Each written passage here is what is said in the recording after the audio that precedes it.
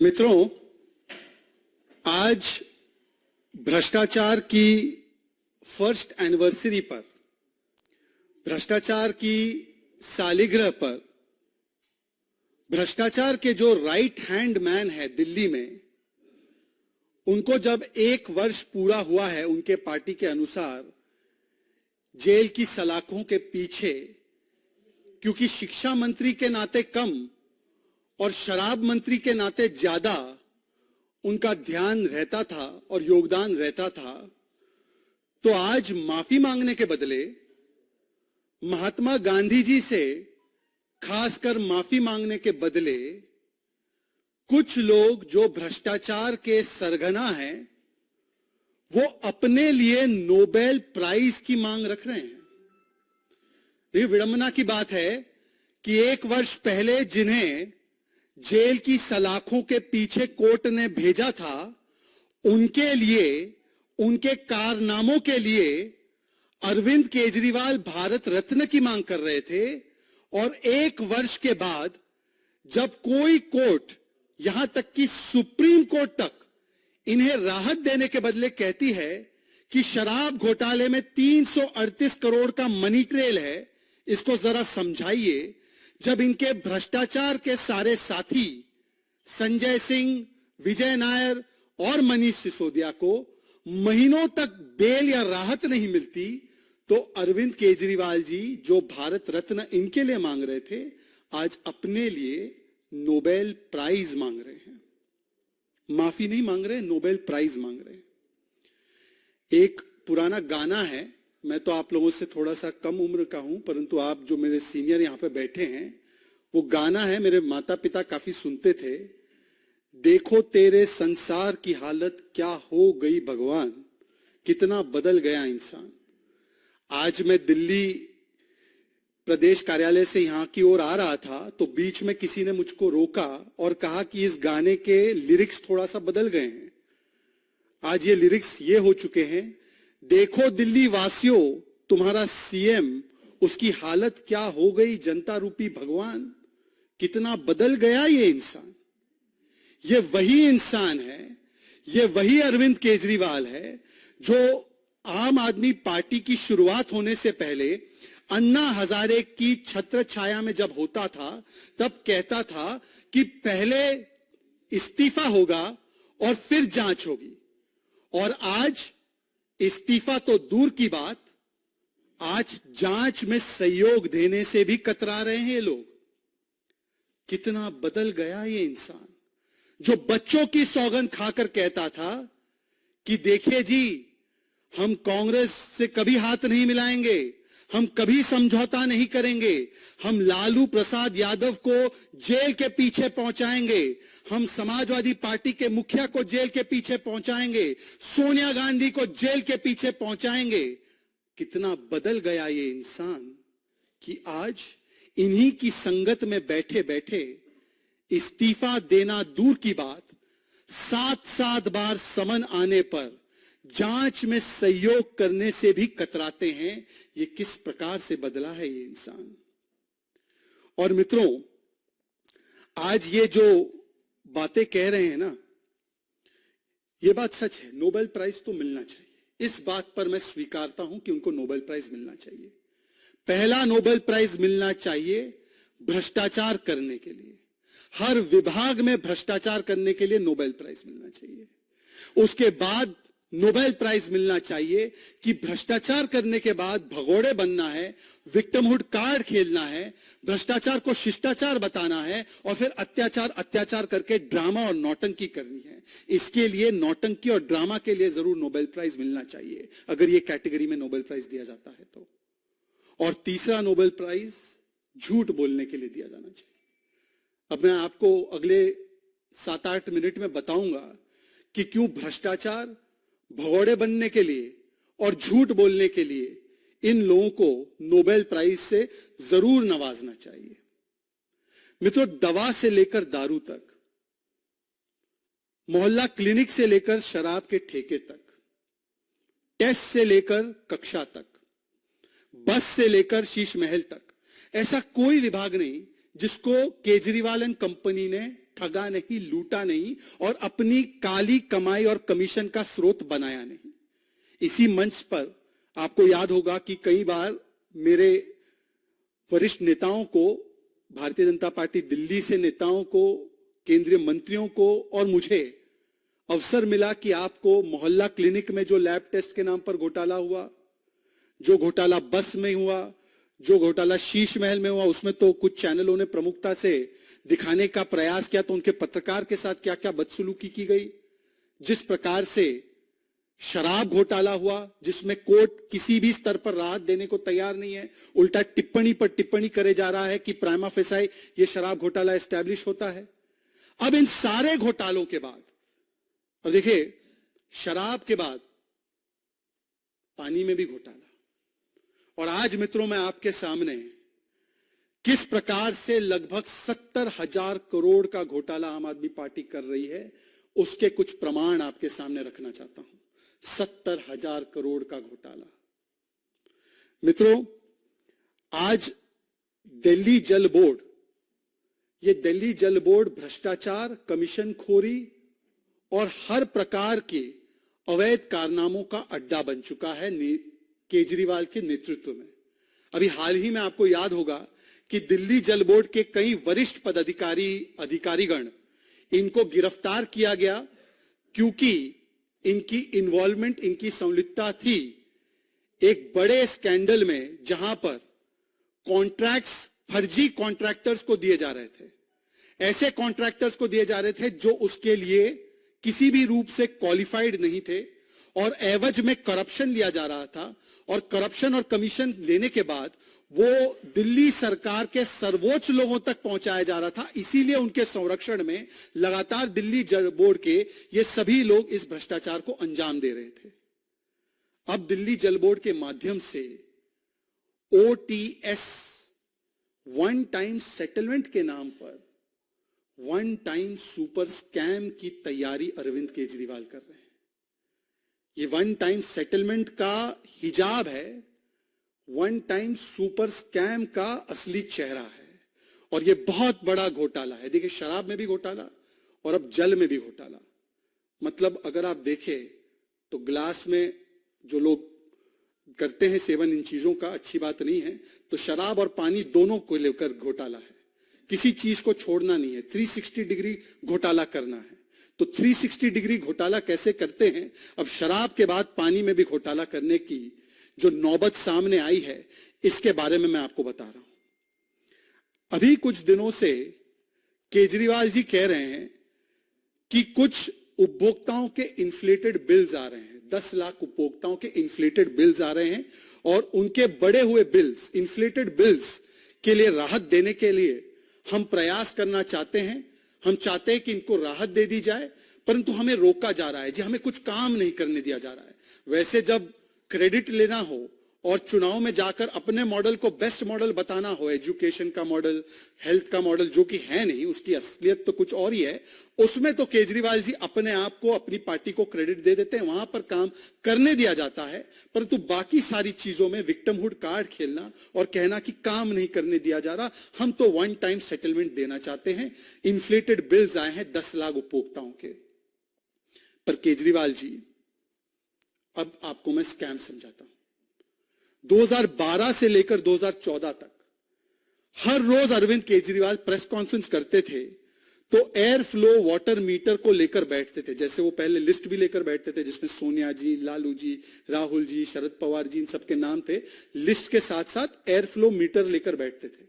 और 2012 से 14 के बीच आए दिन वो कांग्रेस की सरकार पर आरोप लगाते थे, कहते थे कि ये कांग्रेस की जो सरकार है वो जानबूझकर भ्रष्टाचार करने के लिए ये एयर फ्लो मीटर लगाकर इन्फ्लेटेड बिल्स कंज्यूमर के मत्थे थोप कर उनसे वसूली करके दिल्ली जल बोर्ड के माध्यम से और अन्य माध्यमों से करप्शन करने का एक पैंतरा आजमा रही है।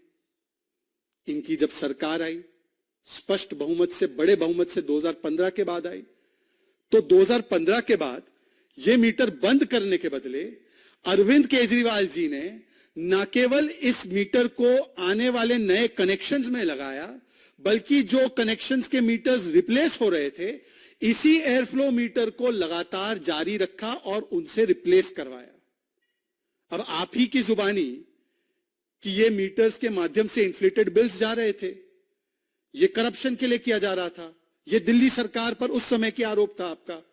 तो इसका मतलब साफ है कि जैसे ही शीला जी की सरकार बदली और आप सत्ता में आए, तो देखिए पार्टियां बदल गई, परंतु इनका चरित्र जो है भ्रष्टाचार करने का वो शायद नहीं बदला। और इसीलिए 2015 के बाद भी ये मीटर्स जारी रखे गए। और आज सवाल ये बनता है कि ये इन्फ्लेटेड बिल्स अगर किसी को मिले हैं तो अरविंद केजरीवाल जी, इसकी जिम्मेदारी किसकी है?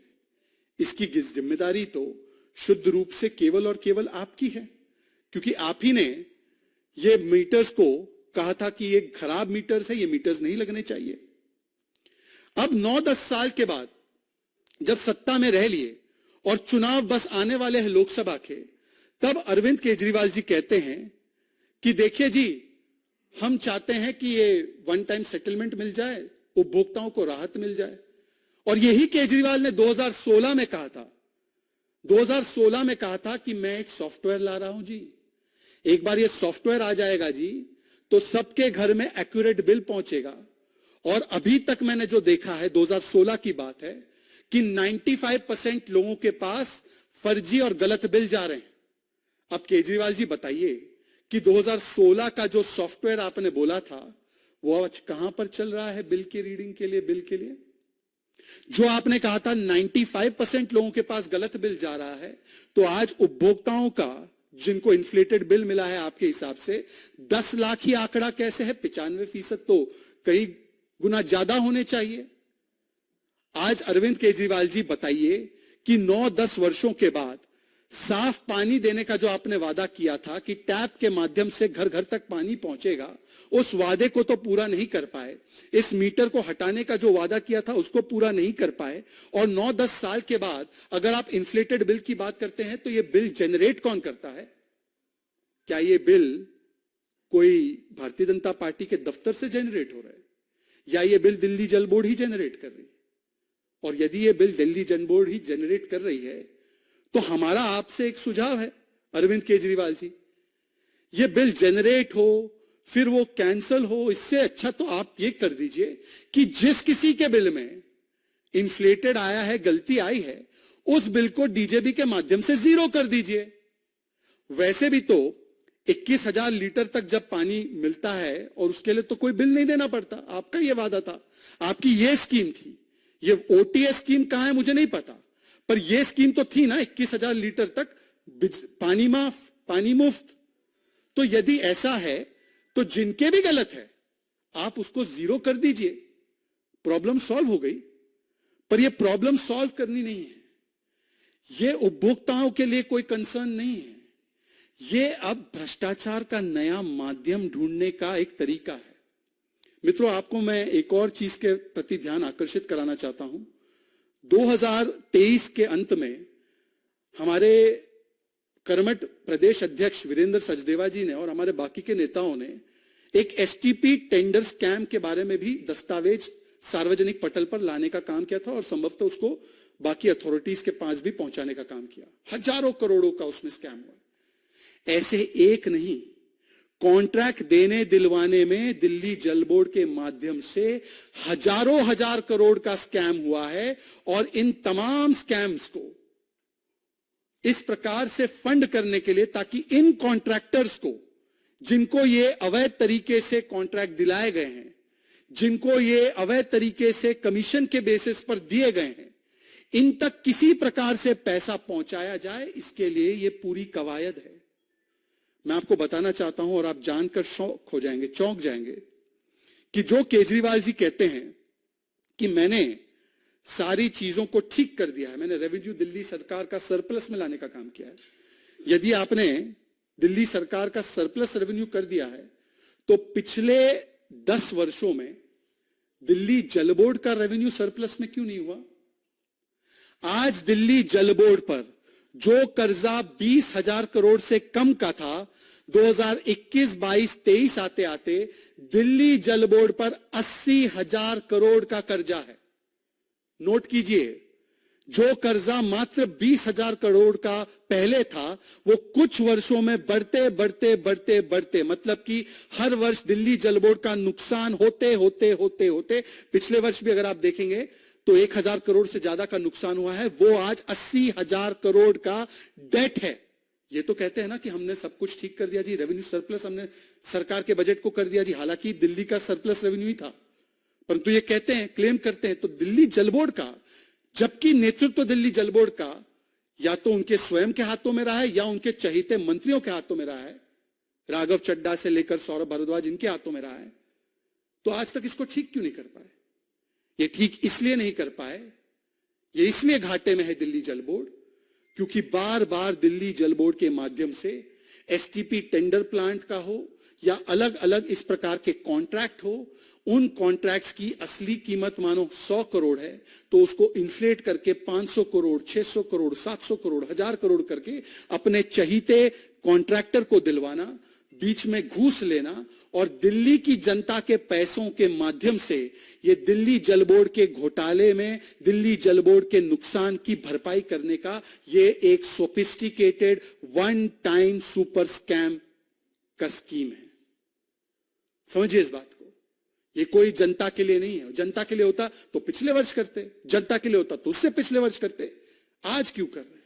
क्योंकि चुनाव आने से पहले आप शराब मॉडल याद कीजिए, जैसे ही चुनाव आ रहा था तो त्वरित शराब की पॉलिसी में चेंजेस किए गए, शराब घोटालेबाजों के साथ डील की गई, उनके तरफ से कमीशन कलेक्ट करने के लिए संजय सिंह से लेकर मनीष सिसोदिया से लेकर विजय नायर ये सभी लोग आ गए और वो पैसा आया चुनाव में लगा, पंजाब के चुनाव में, गुजरात के चुनाव में, बताइए महात्मा के प्रदेश के चुनाव में इसका इस्तेमाल किया गया और आज वही मोडस ऑपरेंडी है। जैसे ही चुनाव आ रहे हैं कॉन्ट्रैक्टर्स का दबाव आ रहा है, जी हमने तो दे दिया था आपको कमीशन, हमारा पैसा क्लियर करवाओ, हमने आपको हजारों करोड़ रुपए कमीशन दे दिए हैं, हमें जल्द से जल्द ये जो कॉन्ट्रैक्ट हमने लिया था उसके पैसे दिलवाओ। तो इस चक्कर में दिल्ली जल बोर्ड जिस पर 80,000 करोड़ का कर्जा है, जिसके पास अब पैसे नहीं है, तो दिल्ली सरकार के बाकी पैसे उसमें ट्रांसफर हो जाए और वो ट्रांसफर करके जेबें भरी जाए कॉन्ट्रैक्टर्स की और कमीशन बड़े पैमाने पर और भी खाया जाए चुनाव से पहले। अन्यथा मैंने आपको एक सुझाव दिया है कि सारे जो बिल जनरेट हुए, मैं तो कह रहा हूं 10 लाख क्यों, सारे जो बिल जनरेट हुए उसको जीरो कर दीजिए, सॉफ्टवेयर जो लाने वाले थे वो सॉफ्टवेयर ले आइए। नियत साफ पानी की नहीं है, नियत केवल और केवल सफाई करनी है तिजोरी की। ये तिजोरी की सफाई का मोडस ऑपरेंडाई है, साफ पानी का मोडस ऑपरेंडाई नहीं है और ना ही उपभोक्ताओं को राहत देने का मोडस ऑपरेंडाई है। इसीलिए आज मैं कुछ स्पेसिफिक सवाल पूछना चाहता हूं केजरीवाल जी से इस विषय पर और आगे के फिर विषय पर कुछ सवाल रखना चाहता हूं। केजरीवाल जी 2016 वाला सॉफ्टवेयर कहां है? Kejriwal ji air flow water meter के इस्तेमाल को बंद क्यों नहीं किया आपने? केजरीवाल जी 95% कंज्यूमर्स को अगर ये समस्या है तो इनका आंकड़ा 10 लाख क्यों है? केजरीवाल जी आप कह रहे हैं कि कोविड काल में, अभी उनका आपने सुना होगा, तो कोविड काल से इन्फ्लेटेड बिल्स आ रहे हैं, तो अगर कोविड काल से है तो 2012 तक के बिल से अब आप क्यों चाहते हैं कि वेव कर दिया जाए? कोविड तो 2020-21 की बात है, तो बिल्स वहां से वेव करने की बात करते, आप तो 2012 से बात कर रहे हैं, ये ऐसा क्यों? इसका मतलब लक्ष्य कुछ और है। केजरीवाल जी अगर आपकी नीयत साफ है तो दिल्ली जल बोर्ड के अकाउंट्स की ऑडिटिंग क्यों नहीं करवाते? अकाउंटिंग और ऑडिटिंग की बातें आप जरूर करते हैं, परंतु सीएजी को दिल्ली हाईकोर्ट में जाकर कहना पड़ा, और इसको नोट कर दीजिए, सार्वजनिक पटल पर उपस्थित है।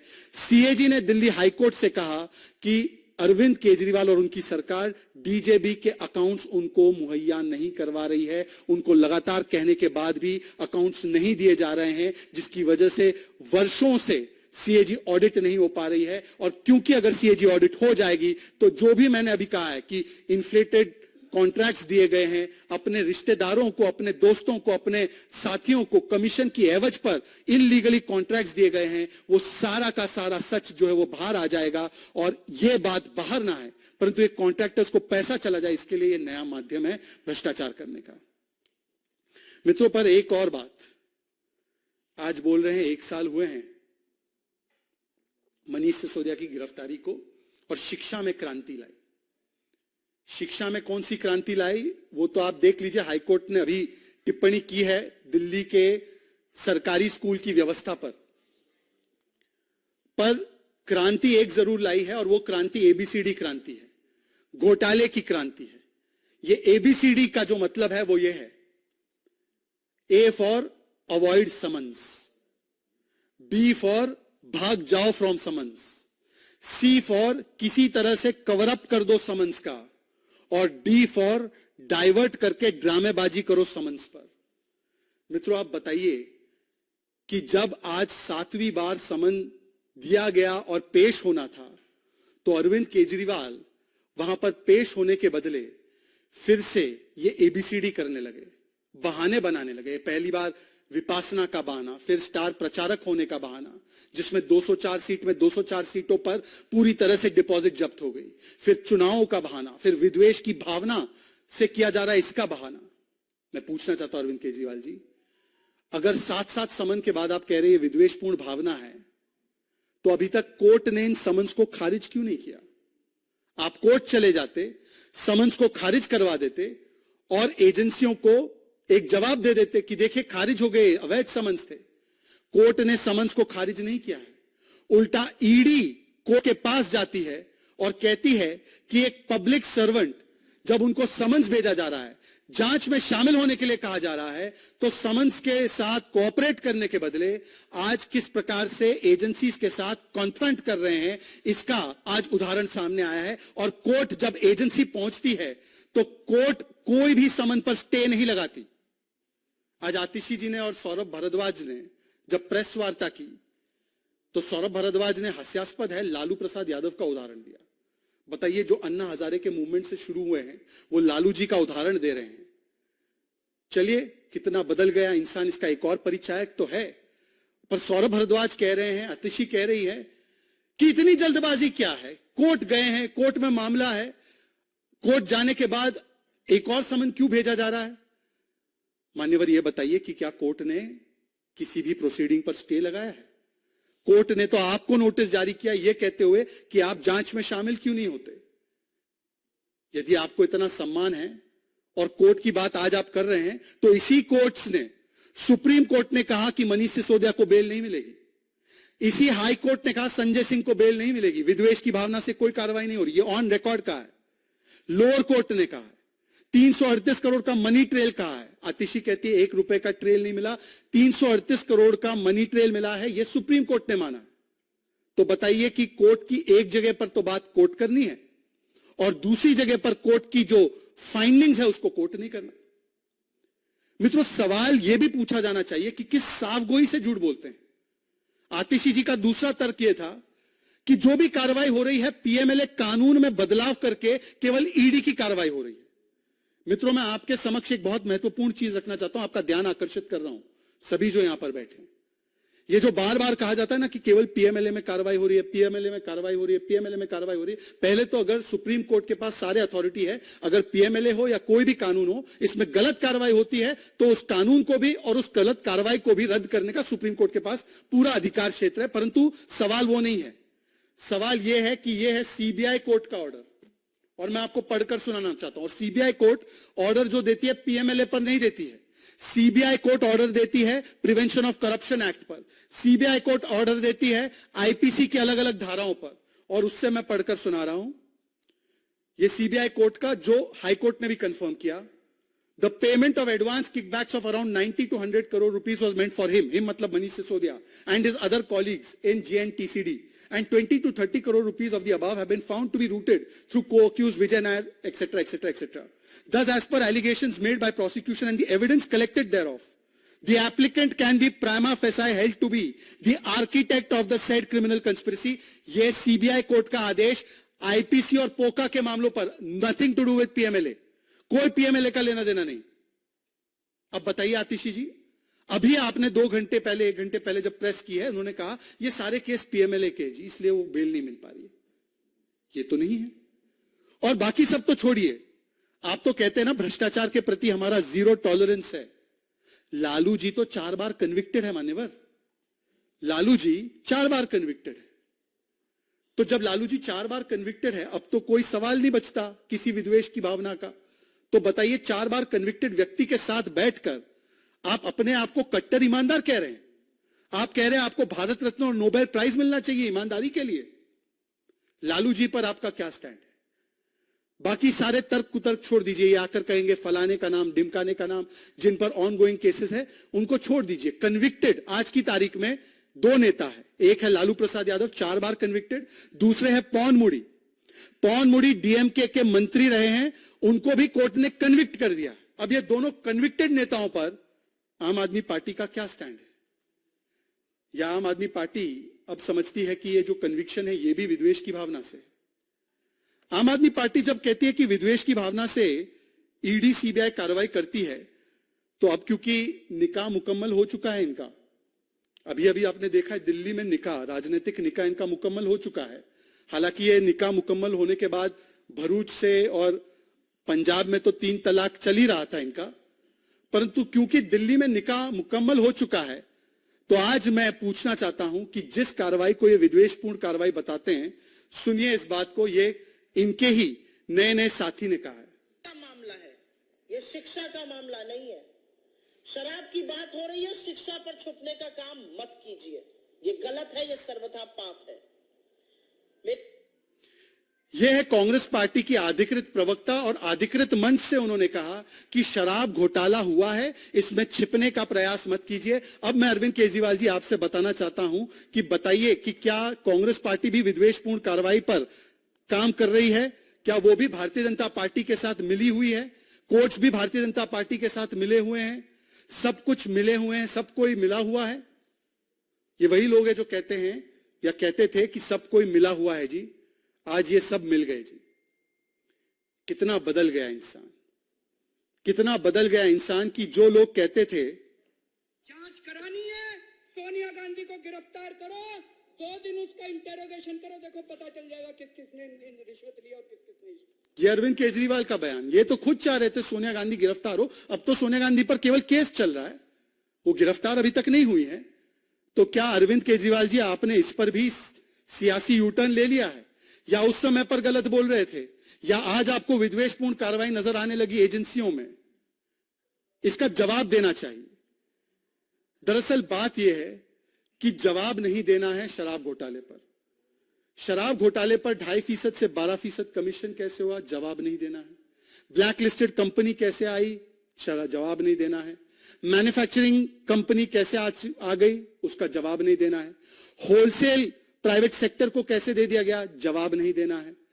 नई पॉलिसी में भ्रष्टाचार नहीं हुआ था तो पुरानी पॉलिसी पर रिवर्ट क्यों किया? जवाब नहीं देना है। हजारों करोड़ रुपए का मुनाफा शराब घोटालेबाजों की जेबों को भरने के लिए क्यों दिया गया? जवाब नहीं देना है। इसलिए ड्रामा करना है, ध्यान भटकाना है, और किसी भी तरीके से अपने आप को विक्टिमहुड कार्ड खेलकर बचाने का प्रयास करना है। मित्रों, ये मॉडल है, और इसलिए आगाह होना जरूरी है कि एक और नए स्कैम की शुरुआत, दवा के बाद दारू और दारू के बाद पानी का स्कैम करने का ये जो पूरा मॉडल है वो आज सामने आपके आ चुका है। उम्मीद है कि जो स्पेसिफिक सवाल हमने पूछे हैं उनका कम से कम एक बार कम से कम आम आदमी पार्टी के लोगों की तरफ से जवाब आए। मित्रों, इस बीच एक और डेवलपमेंट हुई है जिसके बारे में एक टिप्पणी करना जरूरी है। अभी अभी आपने देखा होगा कि जो पश्चिम बंगाल में हाईकोर्ट की तरफ से बेहद सख्त टिप्पणी और सख्त लहजे में पश्चिम बंगाल की सरकार, जिसको मैं कहता हूं निर्ममता वाली सरकार, उसको फटकार लगाते हुए शाहजहां शेख को गिरफ्तार करने के लिए सीधे सीधे कहा गया। आज एक बात स्पष्ट है कि जो सरकार दावा करती थी, तृणमूल कांग्रेस की सरकार, ममता दीदी की सरकार, की ये मां माटी मानुष की सरकार है, ये मां माटी मानुष नहीं, ये बम ब्लास्ट और बलात्कारी बचाओ की सरकार है। ये बम ब्लास्ट और बलात्कारी बचाओ का कार्यक्रम इस प्रकार से चलता है कि विधानसभा में खड़े होकर शाहजहां शेख, जो एक व्यवस्थित और सिस्टमैटिक शारीरिक शोषण का एक संस्थागत नेटवर्क चलाते हैं, जिसमें ज्यादातर प्रताड़ित की जाने वाली कम उम्र की हिंदू महिलाएं हैं, अनुसूचित जाति जनजाति से आने वाली महिलाएं हैं, उसके बचाव में ममता बनर्जी से लेकर अभिषेक बैनर्जी और अभिषेक बैनर्जी से लेकर तृणमूल कांग्रेस का रैंक एंड फाइल, यहां तक कि उनके प्रवक्ता यह भी कह देते हैं कि रेप का फुटेज कहां है। यहां तक कि उनके प्रवक्ता यह भी कह देते हैं कि ये जो महिलाएं हैं ये बीजेपी की एजेंट है, आरएसएस की एजेंट है, ये एक्टर्स है, ये स्क्रिप्टेड है। इस प्रकार की ओछी टिप्पणियां विक्टिम्स पर करना, आज कोर्ट ने जो टिप्पणियां की है, कोर्ट ने जो फाइंडिंग और आदेश दिया है, मुझे लगता है कि तृणमूल कांग्रेस नहीं, टीएमसी की सरकार आज तानाशाही मुझे चाहिए और तालिबानी मानसिकता एंड कल्चर वाली सरकार बन चुकी है। तानाशाही मुझे चाहिए इसलिए कहता हूं क्योंकि जब इन महिलाओं के विषय में कोई पत्रकार आवाज उठाता है तो उस पत्रकार को गिरफ्तार कर दिया जाता है। अगर इन महिलाओं के विषय में कोई फैक्ट फाइंडिंग टीम, जिसमें सीनियर जजेस, जिसमें सीनियर एडवोकेट्स जाते हैं, उनको रोक लिया जाता है, उनको अरेस्ट कर लिया जाता है। लॉकेट चैटर्जी से लेकर सुकांता मजूमदार जी जाते हैं, उनको अरेस्ट, डिटेन, मारपीट कर दी जाती है। कार्यकर्ता जाते हैं, उनको रोक लिया जाता है, अवैध तरीके से 144 लगा दिया जाता है। और महिलाएं यदि उनके बारे में बोलती है, जो महिलाएं पीड़ित है, तो उनको भी धमकाने का, डराने का प्रयास किया जाता है। परंतु शाहजहां पर कोई आंच ना आ पाए, शाहजहां गिरफ्त में ना आ पाए, इसीलिए 50 से अधिक दिनों तक शाहजहां शेख को स्टेट स्पॉन्सर्ड प्रोटेक्शन और स्टेट सैंक्शन से उसको पेट्रोनेज देने का जो काम किया गया है, आज इस काले कारनामे और इस काले कर्मों पर हाई कोर्ट की एक बड़ी फटकार लगी है और हम इसका स्वागत करते हैं। पर यह पहली बार थोड़ी है। हाई कोर्ट ने इससे पहले भी जब 2021 में पोस्ट पोल वायलेंस में महिलाओं को निशाना बनाते हुए बलात्कार किया गया था टीएमसी के काडर के द्वारा, तब भी हाई कोर्ट ने कहा था ये रूल ऑफ लॉ नहीं, लॉ ऑफ द रूलर बन चुका है। जब हाई कोर्ट ने अलग अलग मामलों में संज्ञान लेते हुए, रेप के मामलों में किस प्रकार से पश्चिम बंगाल की पुलिस महिलाओं के साथ नहीं बल्कि बलात्कारियों के साथ खड़ी है, इसका प्रमाण दिया, तब भी ममता बनर्जी जी ने ममता नहीं दिखाई। हमें याद है सुप्रीम कोर्ट तक महिलाएं पहुंची उनके दर्द को लेकर, परंतु निर्ममता वाली सरकार उन पर एक टिप्पणी करना तो दूर, उनके समर्थन में खड़े रहना तो दूर, आज एक सेकुलर संरक्षण दिया जा रहा है शाहजहां शेख को। और सेकुलर संरक्षण केवल ममता दीदी का नहीं है, सेकुलर संरक्षण केवल तालिबानी माइंडसेट एंड कल्चर वाली पार्टी का नहीं है, यह सेकुलर संरक्षण पूरे इंडी अलायंस की ओर से दिया जा रहा है। कल्पना कीजिए, पत्रकारों के अधिकारों पर, संवैधानिक अधिकारों पर, बोलने पर और महिला उत्पीड़न पर हाथरस से लेकर भारतीय जनता पार्टी के शासित में जब भी कोई ऐसी अप्रिय और दुर्भाग्यपूर्ण घटना हुई तो डेलीगेशन और वल्चर टूरिज्म करने के लिए जो पहुंच जाते थे, प्रियंका वाड्रा, राहुल गांधी, अरविंद केजरीवाल, उनके नए नए राज्यसभा पहुंचे हुए साथी, आज उनके तरफ से एक ट्वीट नहीं आ पा रहा है, एक शब्द नहीं वो बोल पा रहे हैं और लगातार हाईकोर्ट बोल रहा है। तो आज तो सवाल यह भी बनता है कि ऐसी कौन सी मजबूरी है प्रियंका वाड्रा जी, ऐसी कौन सी मजबूरी है इंडी अलायंस के तमाम नेता कि आप लोग नहीं बोल पा रहे। कुछ एकाध लोग बोल पा रहे हैं, परंतु जो बाकी के डेलीगेशन बनाकर जाने वाले, वल्चर टूरिज्म करने वाले लोग कब जाएंगे संदेश खाली की महिलाओं के पास? प्रियंका जी, यह भी सवाल बनता है। इसके अतिरिक्त कोई और सवाल हो आपके तो प्लीज पूछिए।